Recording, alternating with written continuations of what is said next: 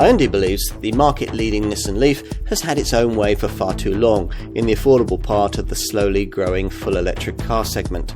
They've aimed this full electric IONIQ model directly at that car, as well as at other key segment models like the Volkswagen ID.3. On paper at least, this car certainly seems to offer a package that eco-minded buyers in this class will want to consider, especially in this revised form, where a larger 38.3 kWh battery features to extend the WLTP-rated driving range to 182 miles. Inevitably, the need for a battery 3 times the size of the one in the IONIQ plug-in model, mated to a much larger 120 PS electric motor, means extra weight, the curbside figure of this IONIQ Electric rising by 50 kilograms. In fact though, because all the bulk is mounted so low down in the car, that has a positive rather than a negative effect on drivability, reducing the body roll that troubles the hybrid models at speed through tight bends. Even so, there's nothing particularly rewarding about driving this car. The somewhat lifeless steering rather makes sure of that. Obviously, to get anywhere near the official quoted 182-mile WLTP driving range figure, you'll need to be using the most sensible of the 3 provided driving modes, green-tinged Eco, which slightly restricts throttle travel and climate system performance. You'll need to maximise brake regeneration using these steering wheel paddles, and you'll also want to keep an eye on the drive indicator to the left of the instrument binnacle screen, staying in the lower blue charge zone and out of the upper white power section. All the main EV stuff though is located on the 10.25-inch centre dash screen.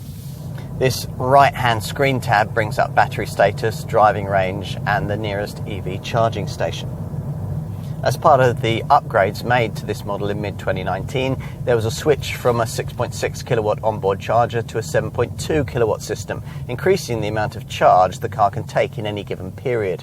It's now possible to replenish this model's lithium-ion cells with a charge of up to 80% in just 33 minutes, providing you've got access to a 50 kilowatt DC fast charger.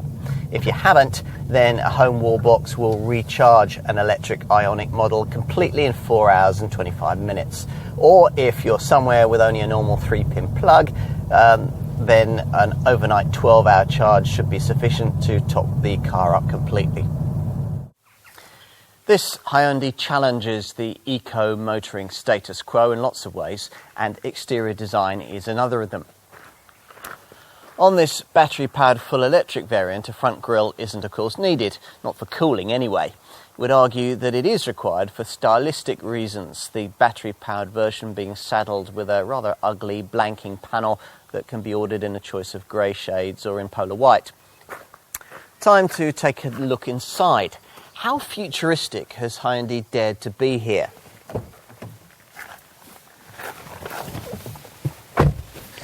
Well, it's pretty much the same conventionally futuristic approach. You know that you're in something more advanced than an ordinary Focus or Golf class family hatch, but there's nothing here that'd be too taxing to adjust to. Well, almost nothing anyway. The IONIQ Electric, of course, must differ from its hybrid and PHEV showroom stablemates when it comes to the provision of a gear stick, because, of course, it doesn't have to have one. Instead, on the separated lower centre console between the seats, the single-speed transmission system offers small buttons for park, neutral, drive or reverse. The cabin of this revised model feels of higher quality than the original version we tried back in 2017. It's certainly a little smarter than what you get in a Prius or a Nissan Leaf. The big change here lies with the addition of this big 10.25-inch widescreen navigation setup, part of a media package which includes a very decent Infinity sound system, Apple CarPlay, Android Auto smartphone mirroring, and a suite of the brand's latest BlueLink connected telematics car services, these operating via a connected app. Anything this central monitor can't tell you will probably be covered off by this 7-inch driver's supervision cluster screen, which replaces the usual gauges in the instrument binnacle. Here, a circular display with a digital speedo is flanked by a power charge meter on the left and a battery indicator on the right. Time to move rearwards and take a seat in the back. That's a process that, unless you're really quite short, will involve the need for a slight incline of your head below this sloping roofline. Having done that, you might not be too surprised to find that once inside, as in say a Toyota Prius, headroom is at something of a premium for taller folk. Normally these seats would have been positioned a little lower to compensate for the swept-back ceiling, but that's not possible here since they sit right on top of the powertrain's battery pack. Finally, let's take a look at the boot space on offer. A lot of the latest battery-powered cars we've tested recently have managed to package in their batteries without encroaching on luggage room, but that's not the case here. The 443-litre capacity that you get in an IONIQ hybrid falls to 350 litres here. That's 55 litres less than a Nissan Leaf. If you load this IONIQ to the roof, the figure rises to 455 litres. When you push the 60/40 split folding rear bench forward, it doesn't free up a completely flat loading area, but you do get as much space as likely buyers will need, 1,410 litres being provided. Don't underestimate the scale of what Hyundai has done here. Some might have potential issues with it, of course. The looks aren't especially arresting, and some rivals can offer you more all-electric driving range.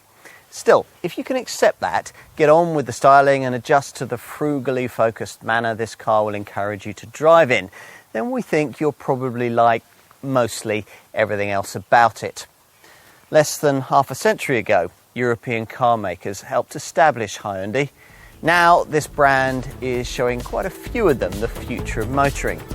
Isn't it ionic? Don't you think?